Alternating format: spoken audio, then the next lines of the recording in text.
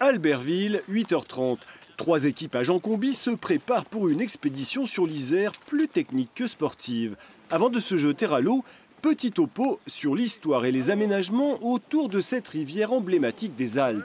Il faut imaginer qu'on est parti d'une surface relativement crue comme celle-ci, où il y avait essentiellement du galets.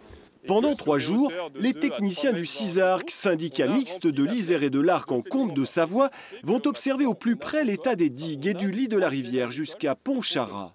Et si la petite anecdote, 80 km de digues, c'est beaucoup. Et le plus efficace et le plus intéressant visuellement, c'est de le regarder depuis l'Isère, depuis les pieds dans l'eau.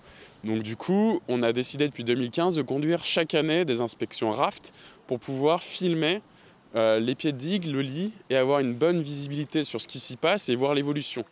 À bord des embarcations, des élus, des techniciens et des partenaires institutionnels participent à cette reconnaissance. Alors si par exemple le dit branche, vaut mieux se baisser. Première visée pédagogique, comprendre l'importance des digues protectrices érigées il y a 200 ans.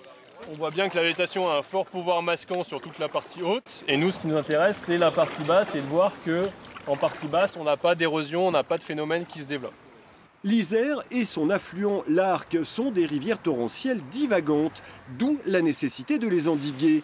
Des travaux d'enrochement sont régulièrement planifiés pour consolider certaines zones sensibles. Maire de Tournon, commune inondée en 2015, Sandrine Berthet participe à cette journée. La commune est concernée par l'Isère. Il y a eu des travaux de fait en amont de l'Isère. Il y a eu un bac de rétention qui a été élaboré en 2010 qui permet, quand il y a des crues de l'Isère, de pouvoir stocker l'eau en amont. Pour le CISARC, cette exploration aquatique a un double objectif, mieux se faire connaître du grand public et planifier les prochains travaux à court et moyen terme. Partager la rivière, parce que c'est souvent un milieu où il y a beaucoup de choses insoupçonnées, il y a une histoire qui découle de tout ça, et ça permet, dans un cadre relativement sympathique quand il fait beau, de pouvoir, les pieds dans la rivière, expliquer l'héritage, les transformations, et comprendre pourquoi techniquement le syndicat fait telle ou telle action. Les données collectées par le CISARC durant ces 3 jours vont être partagées avec son homologue isérois, le CIMBI.